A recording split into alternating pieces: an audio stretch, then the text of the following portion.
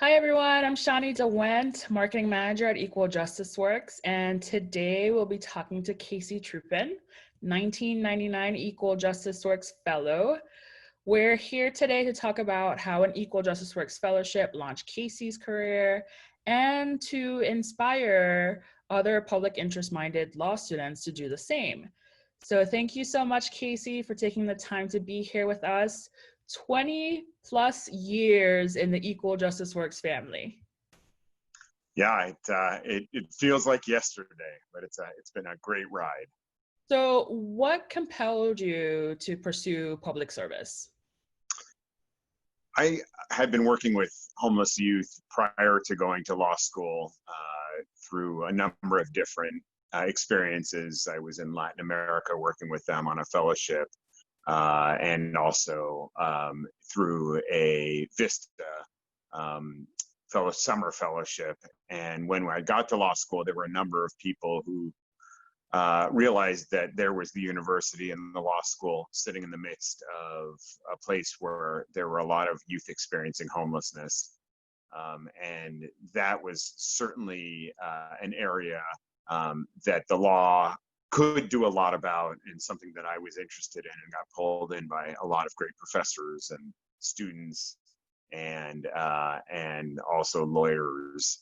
But I think even before that, I had two grandfathers who were public interest lawyers, and learning about their experience in the 30s and 40s, using the law to better our community and to make systems improvement really was something that I think resonated with me and what I wanted to do with my career.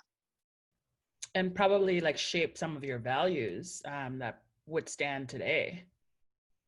For sure. I think that was something that was strong in our family, that the highest calling for us was to do something that that could improve our community, that we had a tremendous amount of privilege.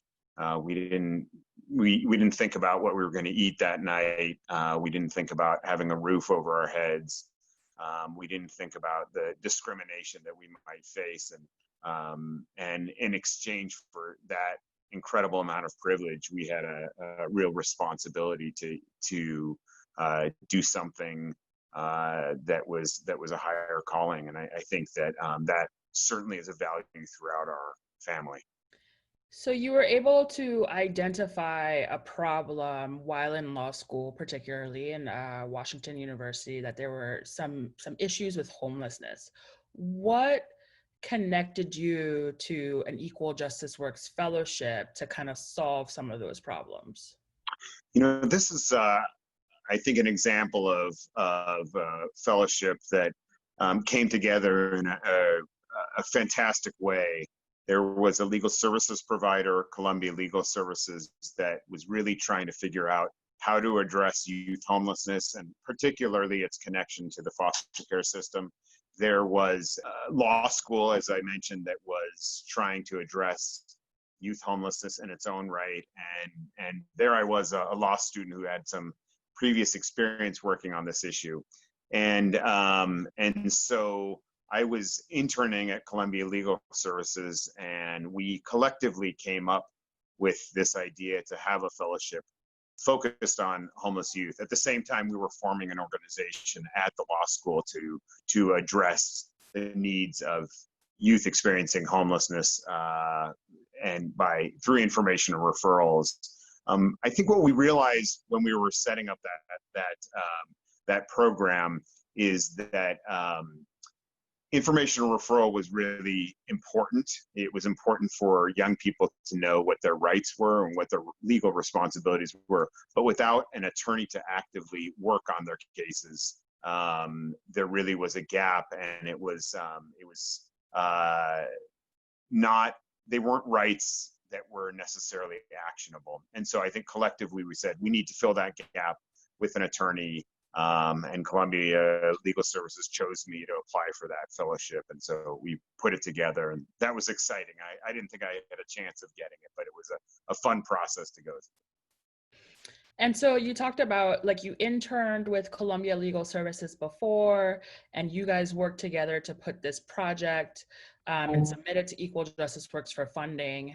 Can you just talk about, after you received the award for funding, how you were able to collaborate and work for those 2 years at Columbia Legal Services? Yeah. So when I got the unexpected and great news that I was going to get the fellowship, we were already kind of down the road on designing this in case somebody was going to take a chance on us. And so it really, at the beginning, was focused largely on serving the individual legal needs of young people experiencing homelessness, those civil legal needs, whether it was getting access to a form of ID so that they could get benefits, getting those benefits themselves, getting help from various social services systems, dealing with the collateral consequences of the criminal justice system, parenting issues. We really focused it on drilling down on those individual needs. But as we kept pushing forward, I think we realized that the skills of a lawyer were also needed to change the system that existed around these young people and their families, and really to push on some of those systemic barriers that if we were able to deal with them, we were affecting 100, 200, 1,000 young people rather than just one at a time. And so it became really a mix of those two things. I got to work underneath the guidance of some incredible attorneys who are deep experts in benefits law, in family law, in foster care, in all of these different areas. So I was really well situated at a place that had worked on all of these issues which impacted the lives of youth experiencing homelessness, but never had there been a laser-like focus on that particular population. And it worked out incredibly well, both when we were serving individual youth as well as when we shifted to serve youth in larger systemic advocacy. Did you make that shift during your fellowship? Yes, it really started to happen during the second year when the whole organization, frankly, started to shift a little bit more. And I think we were called upon by the youth themselves, as well as the community, to do something differently. So that shift did start to happen in the second year, and continued to happen after the fellowship ended. Were you able to get help and support from your sponsor? So a component of the fellowship is that, you're sponsored for funding, and those sponsors work with you for some type of like pro bono activity, or, they can help your issue area through cases. Could you talk about that a little bit? Sure. AT&T Wireless was a great sponsor. I frankly wasn't sure how we would interact beforehand, and they became partners at the time and partners later on as well. There was the very clear interaction and help. We went to them and we said, look, one thing that our clients need is to stay in contact. And one of the things that in fact, the thing that you do is keep people in contact. We don't know how to keep in contact with our clients. They don't have the opportunity to follow up on all of the things that they need to do, and especially not legal services. Keep in mind, this was last century, and AT&T gave us a number of different cell phones to keep in contact with our clients. So that was really fantastic and just an immediate need that really helped us do the legal work that we needed to do. These were cell phones. They were probably about 12 inches high, huge. But at the time, it was a game changer for those clients. But they didn't stop there. They kept asking and asking what else could they do. And these attorneys in the general counsel's office were of a mind that they could do something much bigger. And so they took on research on larger legal issues, on smaller legal issues, on legal issues that we really didn't have the expertise. Sometimes we'd get an issue that really implicated business law, and they were experts in that. And then so they would research and use not just the attorneys, but the paralegals and the administrative staff.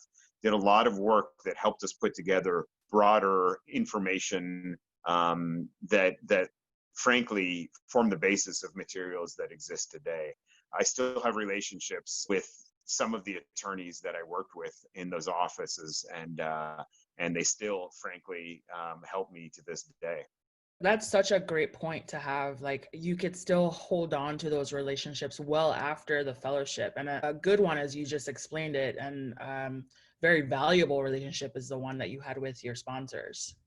Absolutely. I think there were a couple of things going on. One, to have this huge corporation say, this is a fellowship that's important, I think helped me certainly feel like somebody else saw the value of the fellowship. I think, secondly, to have them work on issues gave me the backing, frankly, in some ways, of this huge office of attorneys and paralegals, things that we couldn't do. And like I said, I continued to have that relationship for decades later, and called upon some of those people to help me because they had connections that I didn't have, and frankly, without that sponsorship, I never would have had to the business world. After your fellowship, after 2 years, you remained with Columbia Legal Services, and you became the directing attorney for Children and Youth Project. How was that transition from fellow to directing attorney? Am I missing a step in between? How was that transition? Yeah, there were a couple of steps in between. There were years of really trying to raise funds to keep my position at Columbia Legal Services. Like many organizations, the funding there wasn't robust funding for me to stay there. But there was, I think, a welcoming and an importance placed on the work that I was doing, and they absolutely wanted me to stay there and continue to do everything they could to raise the funds to keep me there. So there were a couple of years there of scraping by. I'll tell you that being able to say I was an Equal Justice Works fellow, and being able to say that I had this huge corporate sponsor really helped me in the legitimacy of going out to raise funds later. And so then I became a staff attorney for a while, and later became a directing attorney of a team of 5 attorneys and 4 to 5 other staff. And that transition was, I think overall the transition was amazing. To say I had come in doing the work that I wanted to do, and I was able to stay and continue to do that for quite a long time. I felt incredibly blessed. I looked around and I saw people who did the legal job that was available to them at the time, and I got to do the exact job that I wanted to do coming out of law school for a long time. And that was not only unique, I think, in the world of law, it was unique in the world of careers. There was a lot of friendly jealousy directed my way. It was incredible. And then to be able to become a director of a team that was working on systemic change that had all come out of these cases. I could point back to all these cases I had during my fellowship and say, we helped change millions of dollars of debt for young people coming out of the juvenile justice system because of X person's case, or we helped do a class action around foster care because we saw these young people as individual clients during the fellowship come out of foster care without the support that they should have had. It was a pretty incredible ride. And, there were tough parts about the transition.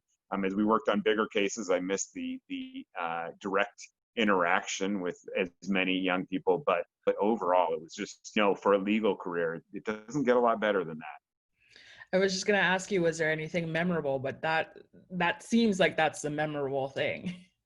I'll tell you one real memorable thing about the fellowship. Was a case that I had. I mean, there were tons of memorable things, but this case stuck with me for a long time. I think it was telling in so many ways. I had a young person. We were going out. We tried to do everything we could creatively to get to young people who had every reason to hide from the system, and certainly often didn't have great experiences with lawyers themselves. And so we had a public access show that we shared with another organization. We rode a bus or a van around the city that we would hand out mochas and try to dispense legal advice. We would walk the streets and try and do outreach. And one of the young people I met during that outreach asked me about whether she, as a 16-year-old who had been abandoned by her family years prior, could get emancipated to be given all of the rights and responsibilities, or most of the rights and responsibilities of an adult. She had found a landlord that would rent to her if she could sign a lease. She had a job but couldn't get health benefits unless she got emancipated. And I said, well, I don't know. I mean, it seems, it's not a thing that's granted a lot by courts, but we can give it a go. This was a young woman who'd gotten her GED, who, against all odds, had, kind of not gotten in trouble with the law, had done an incredible amount of things despite her circumstances and despite the trauma of having been abandoned by her family and having lived on the streets. And that day the court granted the emancipation, the judge was just glowing about what this young woman had been able to accomplish that people with tons of support often aren't able to do. And I think it was maybe a week later, I was back out doing outreach on the streets, and there she was again. On the same block, I can remember hanging out with the same young group of people that also had been experiencing homelessness. And I went up to her kind of full of hubris and said, what's going on? Why are you back out here? I was crushed. I thought as a lawyer, we had done a great thing. And I said, I can't believe are you still experiencing homelessness? And she looked at me in a way that adolescents, look at adults when they have a lot of pity. And said, I don't think you understand. I'm out here as an outreach worker. This is my third job that I have right now. And I'm helping other young people get off the streets as well. It was impactful partly because the legal work I had to do was minimal. The work she had to do to get to that point was tremendous, but it also is a great example of the resilience of the young people and what they can do with just a little bit of legal advocacy. And that's really inspiring to hear as well. That's a great client story. I also know that you've helped mentor other Equal Justice Works fellows at Columbia Legal Services. You've helped with funding other Equal Justice Works fellowships across the Washington community. Can you talk a little bit about that? Yeah, I think if there's one lesson I've learned about Equal Justice Works is you cannot ever escape David Stern, nor would you ever want to. I have maintained my connection with Equal Justice Works, all to the benefit, I think, of young people in the state of Washington and across the country. We were thrilled to be able to sponsor a fellow quite a while ago, Aaron Shea McCann, who worked on reforming the state's foster care system and improving legal advocacy for youth in the foster care system. Aaron and I worked together for 5 years or so at Columbia Legal Services on some big cases until she moved on. But like most people in the Equal Justice Works world, I've continued to connect with her, and she now works for Legal Counsel for Youth and Children, where we have sponsored a fellow in my capacity at the Raikes Foundation, sponsoring a fellow on racial equity and youth homelessness. So Aaron now is one of the supervisors working under an organization that was founded by one of the former board members of Equal Justice Works, Aaron Lovell. I also, years after that, got to supervise a fellow, Katara Jordan, who worked on the rights of students experiencing homelessness and quickly became one of the national experts around the legal rights of students experiencing homelessness. She too ultimately moved on and ended up at Building Changes, working on students experiencing homelessness. Building Changes is a grantee of ours, and so I get to work with Katara all the time. So those interactions, I've had a fantastic time, both as a supervisor, direct supervisor, but also to see them move on and frankly surpass the work that I've been able to do. But I think you also touched, whether you realize it or not, you touched on a huge value of becoming an Equal Justice Works fellow. It's that value of community. And I think, especially for our listening audience who are prospective fellows and are thinking about the fellowship when they're law school professionals who are guiding them in choosing this as a career, this is a really big benefit. It's just that community. Yeah, the community continues to grow and grow. I can't go far in King County, where I live, without running into another fellow who's working on this issue. And I think one of the unique things is that you're talking about a group of people that are really dedicated to the issues they're working on. And so they're likely, and in fact, we know from the statistics that they're going to be working in the same or a similar area down the road. And so having that bond with them, and that connection and that understanding that we didn't come to this work lightly. We came because we were really driven by a mission, means that you've got a huge community of folks who are really dedicated to the issues of equity and justice. And everywhere I go, whether it's the city of Seattle where there are fellows working, or King County, there's a inordinate number of us working on homelessness in Washington State and around the country. And it feels incredible to be part of that community. And it's not just a feeling, it's a huge benefit to the causes that we work on. And so right now you are the director of the Raikes Foundation. Talk about the Raikes Foundation a little bit and how that director role is very different from your fellowship. So I direct the youth homelessness component of the Raikes Foundation. We have a number of different areas that we work on, and I was thrilled to become the director of our youth homelessness portfolio, which works on issues across the country as well as locally. The reason I came over, that I had the opportunity to do that, I think has everything to do with my Equal Justice Works background. It was the fact that I was a lawyer working on these issues, and that I was dedicated to this and was deeply committed to this area, that they recruited me to come over. At the Raikes Foundation on Youth Homelessness, we are focused on really systemic change that will make things better for youth experiencing homelessness, and hopefully prevent it from happening in the first place. I think the Raikes Foundation and the trustees and the staff realized that to get there was going to take really changing and dismantling the legal systems that were, in some cases, pushing youth onto the streets. And so they were looking for someone that understood how those systems worked and what the legal mechanisms were that weren't working, and in fact were resulting in Washington State and 13,000 youth experiencing homelessness. My work, I get to fund people working on systemic change. I get to fund youth with lived experience to become the advocates that we need them to be, and that they in many cases already are, and just need a bigger podium. I get to fund the advocates who go to the Capitol, fund innovative approaches.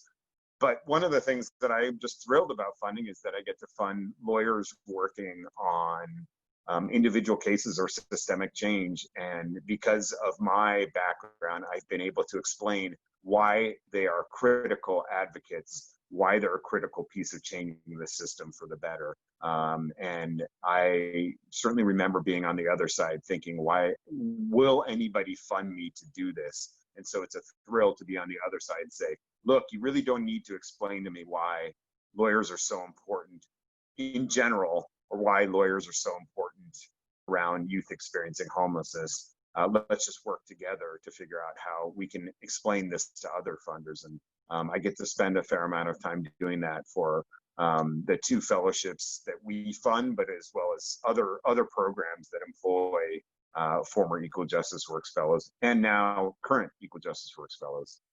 What advice do you have for law students who are preparing to enter public interest workforce? And, it's 2020 right now, and we're going through this pandemic. So a lot of things have changed. So what's your advice for them? Yeah, I think it's important to do a number of things. I think it's important to understand what are the critical needs of the population that you're intending to work for right now, how those may have changed as a result of the pandemic. But I think equally, it's important to figure out what are the opportunities that the pandemic has uncovered. Did it, for example, has it created a new urgency around the issue or the population that this pandemic you've got to take advantage of. Otherwise, things are going to get worse. Or in a positive way, are there solutions that everybody said couldn't be done, and now during the pandemic, people are able to do? And if you can find a way, either using the law or legal advocacy, to make sure we don't go back to the way things were in December of 2019, that's a really important thing to look at. And I think that those examples are popping up, whether it's in the environmental world, whether it's in domestic violence, whether it's in homelessness, whether it's in racial equity. There's a lot of those examples in a small window of time that we could either do things dramatically differently and better, or we can revert to the way things were, or we can actually make things worse. And lawyers are going to have a big role to play in that. And so you, as a public interest minded student, it's incredibly important to understand and be able to give voice to how can we go down the right path. So spend some time thinking about that, reading about that, and thinking about how you give that elevator pitch about why this is the time. Well, I just want to thank you, Casey, for taking the time to talk to me today. I think there's definitely some great advice in here, and I can't wait to see the reactions to that advice. 20 years in the game, Casey, as an Equal Justice Works fellow. We say once a fellow, always a fellow. So thank you so much for all the work that you've been doing and to keeping the community in Washington staffed with Equal Justice Works fellows all over the state. Well, thank you, Shani. Thanks to Equal Justice Works for making those 20 years possible. It's been an incredible thrill. I couldn't have designed a better career.